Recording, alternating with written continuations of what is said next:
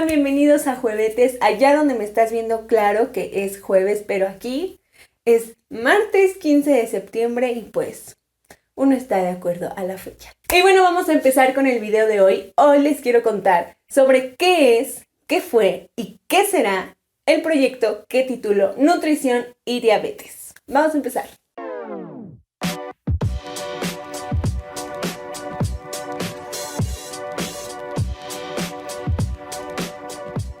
Nutrición y Diabetes surgió como un proyecto totalmente personal, que fue un motivador claro para mí, para poder continuar con todo esto y para poder encontrarle un propósito a esta condición de vida.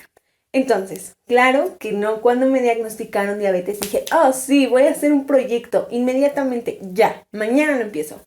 No, como ya les he dicho muchas veces, tuve un proceso que se puede llamar como proceso de duelo, lo hablábamos en las entrevistas con el psicólogo.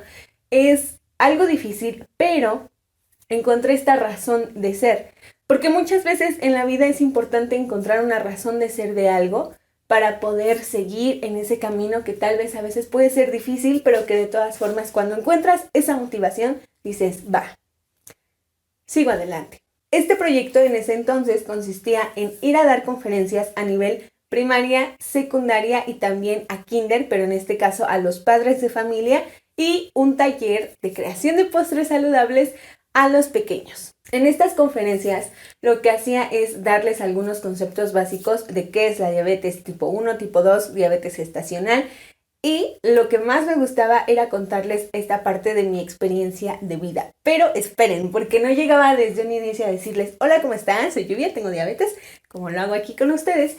Pero lo que hacía con ellos era dejarlo a la mitad. Cuando veía sus caras así como de, ajá, ¿y tú quién eres para venirme a decir a mí cómo es que hay que tener una correcta alimentación? Entonces es cuando, ¡pum!, metía el, ¡oh, surprise! Yo tengo diabetes tipo 1. Las caras cambiaban por completo.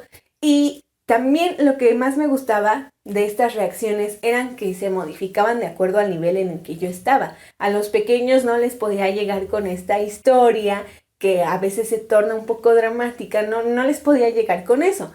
A los pequeños lo que más me gustaba es que desde chicos les podía dejar esa semillita, esa inquietud que ya dependía de sus padres en un futuro si iban a seguir plantándola o no, pero les dejaba como eso de no es necesario comer aburrido para comer bien. Puedes hacer muchos postres muy ricos y divertirte haciéndolos y que no te hagan daño como la comida que comúnmente encontramos, la más comercial. Otra parte de los pequeños que me gustaba es que yo les hacía preguntas y ellos me contestaban sinceramente con lo que sabían. Eres un niño, en esa edad no pretendes absolutamente nada y simplemente eres como tienes que ser, como eres en tu realidad. Así que sin ocultar nada, ellos te decían, no, pues yo como esto, mi mamá come esto, mi papá come esto.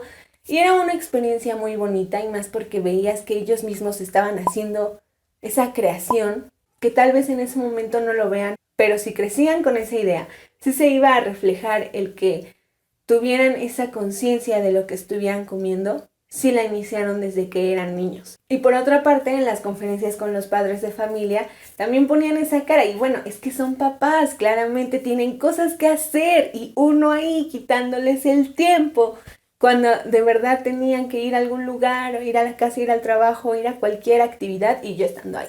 No, pues fíjense que la diabetes es muy peligrosa. Obviamente que al principio ellos hacían su cara también de ¿a qué hora termina? Y al principio tampoco la asistencia era muchísima por lo mismo, porque tienen cosas que hacer.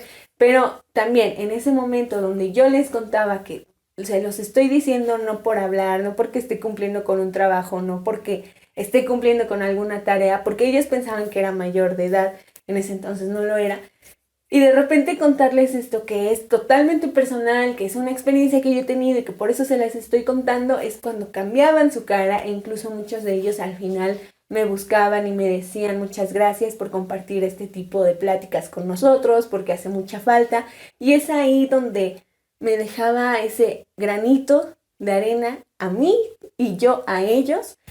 Y pues es un intercambio de cosas que de verdad nos sirven y nos nutren en la vida. Y una de las cosas que decía al final de todas las conferencias a padres y también a jóvenes en secundaria era: a quien le haya tenido que caer este mensaje, le cayó. Y así fue. Hubo algunas personas que, como les menciono, me iban a buscar y otras que posteriormente en redes sociales también me mandaban algún mensaje. Sentía que lo que había hecho había valido la pena, por lo menos en un porcentaje, pero sí estaba provocando el efecto que yo quería. En nivel primaria, lo que hacía era llegar a los niños con un personaje. Me inventé un personaje, me disfracé, voy a buscar las fotos para también dejárselas por aquí.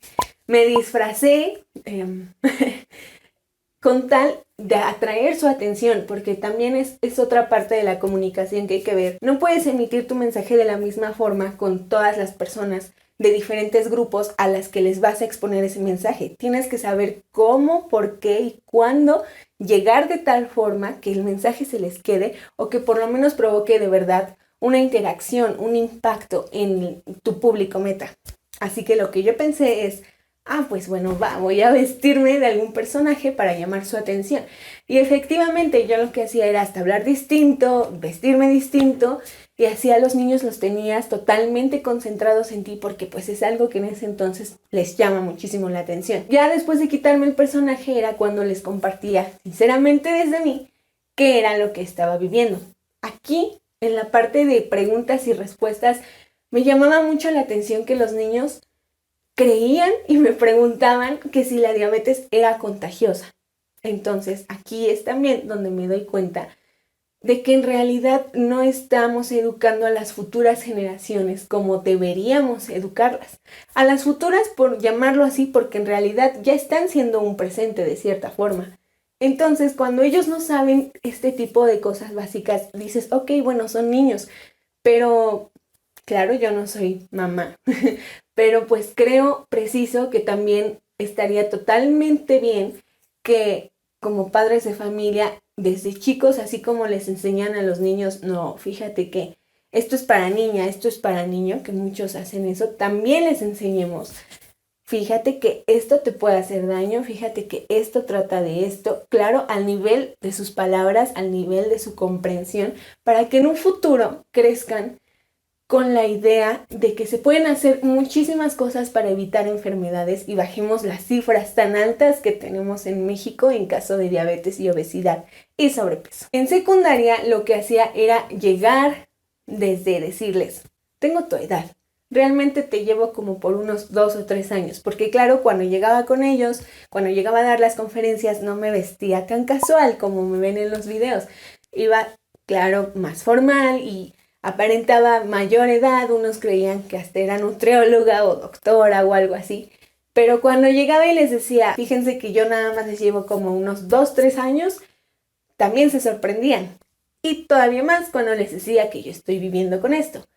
Y entonces ahí es cuando también llama su atención. Lo que más me gustaba de este efecto de decir soy su contemporánea era que los comprendía a la perfección, de que en ese momento queremos comernos el mundo por completo, y lo mencionaba en unos videos pasados. Les contaba la misma historia de quién era yo antes del diagnóstico.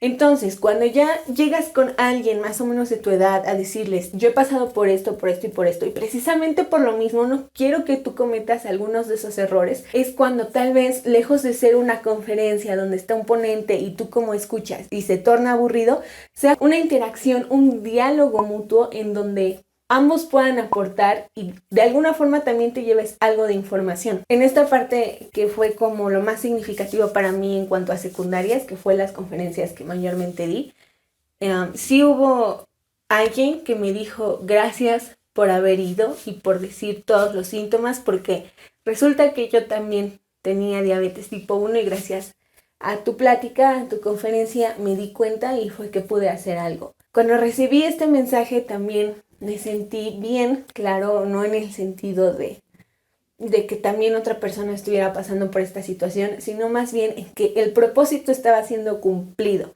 El propósito de hacer algo y de decir: reacciona, como a mí me hubiera gustado que me dijeran, lo estaba logrando.